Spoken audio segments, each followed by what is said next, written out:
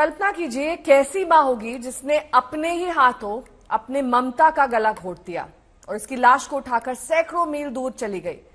अब जबकि वो कानून के शिकंजे में है, तब इस बेहद पढ़ी लिखी सूचना सेठ ने कानून को उलझाने के लिए अपना दिमाग चलाना शुरू कर दिया है।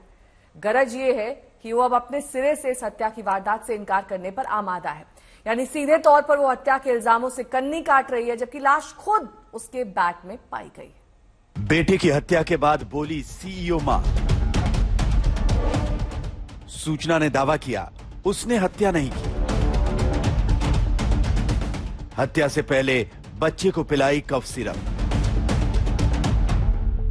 बिस्तर पर मिले खून के निशान पर अजीब दलील। कर्नाटक के चित्रदुर्ग के इसी सरकारी अस्पताल के मुर्दाघर में सूचना सेठ के 4 साल के बेटे का पोस्टमार्टम हुआ। पोस्टमार्टम डॉक्टरों की एक टीम ने किया। शुरुआती पोस्टमार्टम रिपोर्ट के मुताबिक बच्चे की मौत स्ट्रेंगुलेशन यानी गला घोटे जाने से हुई या फिर स्मोदरिंग यानी सांस रोके जाने की वजह से हुई। पोस्टमार्टम रिपोर्ट के मुताबिक बच्चे का कत्ल पोस्टमार्टम शुरू होने से लगभग 36 घंटे पहले किया गया था। रिपोर्ट में यह भी कहा गया कि बच्चे के जिस्म पर कहीं भी किसी तरह के चोट के निशान नहीं है। पोस्टमार्टम करने वाले डॉक्टर कुमार नायक का कहना है कि बच्चे के कत्ल के लिए तकिया, तौलिया या किसी तार का इस्तेमाल हो सकता है। What I already told you, he has been strangulated by mostly by smothering, and he has died because of strangulation. So, was there any weapon that was used? Did you find any No blood weapon. marks? I think he has used some material to compress his chest, neck. Mostly, commonly available things are this pillow or something. By that he has compressed his neck. So, when you check the body, how many hours do you think has passed since the passing? What? Since you checked the body, how many hours do you think has passed since the boy's death? He doesn't have any rigor mortis. In India, rigor mortis remains for 36 hours after death. So now he doesn't have any rigor mortis in any parts of the body. So mostly more than 36 hours has passed.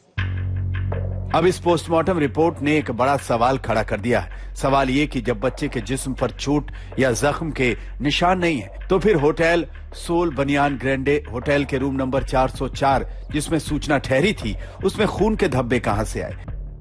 Early morning में hotel के staff room के सफाई के लिए गया तो वहां पे रेड कलर्ड स्टेन्स मिला, जो उनको लगा ये ब्लड है। इमीडिएटली होटल के लोगों ने पुलिस स्टेशन कलंगूट को इन्फॉर्म किया। जैसे ही पुलिस स्टेशन कलंगूट में इंफॉर्मेशन आया, परेश पीआई अपने टीम के साथ वहां पे पहुंचा। तो रूम नंबर 404 में मिले खून की बूंदों की पहेली अब सुलझ चुकी है। इस पहेली को सुलझाने का काम सूचना सेठ के बाएं हाथ की एक पट्टी ने किया है।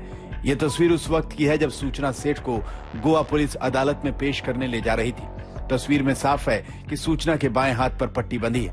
गोवा के डीजीपी जसपाल सिंह ने आज तक से बातचीत में कहा कि बेटे का कत्ल करने के बाद सूचना ने कैंची से अपने बाएं हाथ की कलाई काटने की कोशिश की।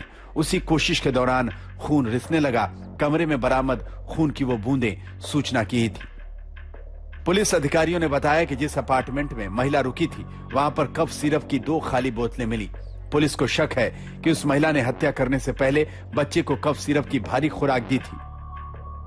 पुलिस ने कहा कि अपार्टमेंट के कर्मचारियों की पूछताछ में पता चला कि महिला ने उसे खांसी की दवा यानी कफ सिरप की एक छोटी बोतल खरीद कर लाने को कहा था। आज तक ब्यूरो।